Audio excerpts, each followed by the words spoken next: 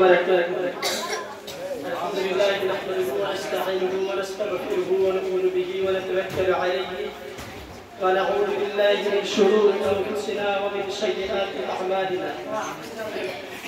من يهدي الله فلا مضل له ومن يضلل فلا هادي له. أشهد أن لا إله إلا الله وأشهد أن محمدا عبده ورسوله.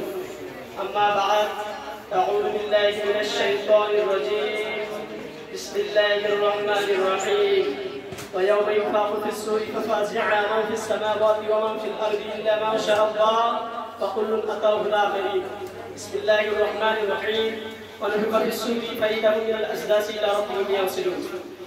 শ্রদ্ধেয় সম্মানিত আজকের সবার সভাপতি মহাশয় ও আমার নাজিম ভাই ও আমার সামনে বসে থাকা ছোট বড় তোয়ালিম ভাই সকল, সমস্ত প্রশংসা সমস্ত গুণগান সেই মহানবুল আলামিনের জন্য যিনি আমাদেরকে সৃষ্টি করেছেন, তাই তার ছোট্টের বাক্যের দ্বারা বলি আলহামদুলিল্লাহ। তারপরে পরে আমাদের ধর্মের গুরু কর্মের নেতা মহামিনাল্লাহ গুরুদুল্লাহ নবী বাক্কি নবী মাদানী নবী আহমদ মুস্তাফা মুহাম্মদ রাসূলুল্লাহ সাল্লাল্লাহু আলাইহি ওয়াসাল্লাম, তারপরে লাখ লাখ কোটি শান্তির দ্বারা বিবর্ষিত হোক। সকলে বলুন আল্লাহুম্মা আমিন। আল্লাহুম্মা সাল্লি আলাইহি আল্লাহুম্মা বারিক আলাইহি। সুতরাং আমি আপনাদের সম্মুখে যে বিষয়টি নিয়ে দণ্ডায়মান হয়েছি সে বিষয়টির নাম হচ্ছে সিংহাই ফুৎকার। সিংহা একটি ভাষা, ফুৎকার হচ্ছে একটি ভাষা যার অর্থ হচ্ছে বাঁশি বাজা। দেখুন আল্লাহ তাআলার প্রিয় ফেরেশতা চারজন। কয়জন? চারজন। এক জিবরাইল আলাইহিস সালাতু সালাম, দুই আজরাইল আলাইহিস সালাম, তিন ইসরাফিল আলাইহিস সালাম, চার মিকাইল আলাইহিস সালাম। এই চারজনকে আল্লাহ তাআলা চারজনকে চার রকমের দায়িত্ব দিয়েছেন। কে দিয়েছেন? আল্লাহ তাআলা দিয়েছেন। দেখুন জিবরাইল আলাইহিস সালাম, এই জিবরাইল আলাইহিস সালাম কি দায়িত্ব তিনার কাছে আছে? জিবরাইল আলাইহিস সালাম পৃথিবীতে যত নবী প্রেরিত হয়েছিল এবং হয়েছে তাদের কথা তাদের কাছে ওহী পৌঁছানোর দায়িত্ব ছিল কার? জিবরাইল আলাইহিস সালাম।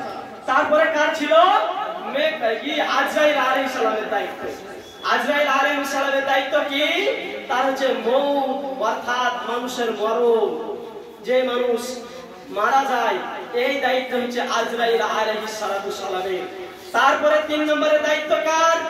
ইসরাফিল আলাইহিস সালাম, যিনি এখনো বাঁশিতে মুখ লাগিয়ে আছেন, মাথা ঝুঁকিয়ে রেখেছে, কান আল্লাহর দিকে খাড়া করে রেখেছেন, চোখ ফাল ফাল করে তাকাচ্ছেন, দৃষ্টি করে তাকিয়ে আছেন আল্লাহ তাআলা কখন ওয়ার্নিং দিবেন আর কখন বাঁশি বাজাবেন যেন এক মুহূর্তে দেরি না হয়।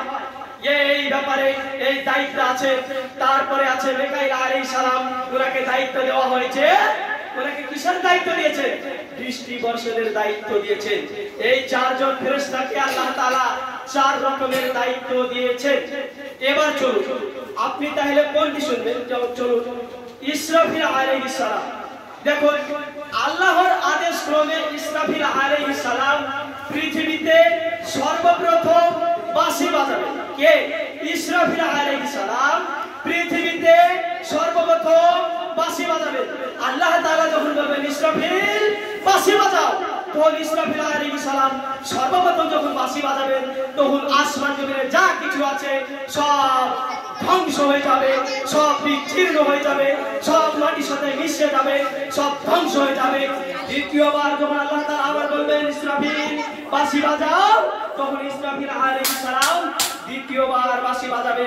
তখন পৃথিবীতে যতটি মানুষ আছে সব বেহুশ হয়ে যাবে, সব পাগলের ন্যায় পরিণত হবে। অর্থাৎ রাস্তায় দেখবেন যারা পাগল হয়ে থাকে অপরূপ ওই পাগলের ন্যায় পরিণত হবে। অবশ্যই অবশ্যই অনেকেই মনে করে সিংহায় ফুৎকার তিনটি, অবশ্যই তিনটি।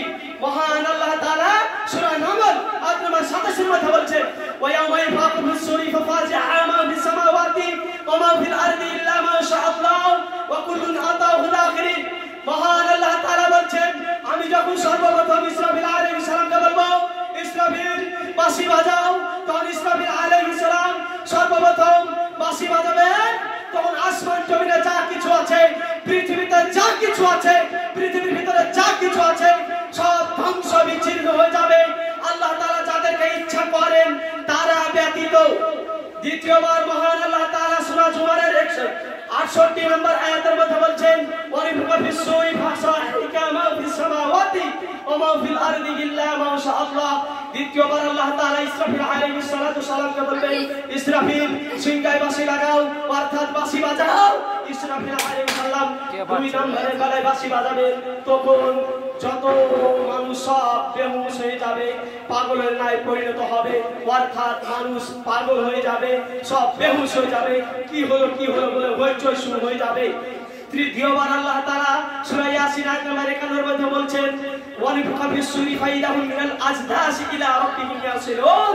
মহান আল্লাহ তাআলা বলছেন, তিন নম্বরের বেলায় যখন আল্লাহ তাআলা বলবেন ইসরাফিল সিংহায় বাঁশি লাগাও, সিংহায় বাঁশি লাগাও, তখন মহান আল্লাহ তাআলার কথা শুনে ইসরাফিল আলাইহিস সালাম সিংহায় বাঁশি বাজাবেন। তখন সিংহায় বাঁশি বাজার পর সমস্ত মৃত ব্যক্তি নিজের কবরগুলি হতে উঠে পড়বেন এবং হাসরের ময়দানে দৌড়াতে থাকবেন। দৌড়াতে গিয়ে আপনারা যেমন আমরা যেমন এইভাবে বসে আছি, অপরূপ সব হাসরের ময়দানে একত্রিত হবে। তখন হিসাব শুরু হবে, দুনিয়া থেকে জেনা করেছে, কে ব্যভিচার করেছে, বিভিন্ন রকমের কাজ ধরা পড়বে।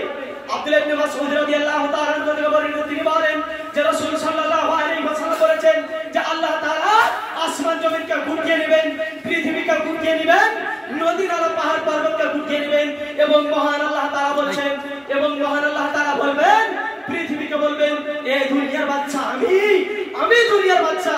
অর্থাৎ যারা অহংকারী, যারা স্বৈরাচারী, যারা বদমেজাজি, যারা দুনিয়াতে অহংকার করে চলেছে, তাদেরকে আল্লাহ তাআলা জাহান্নামে দিবেন।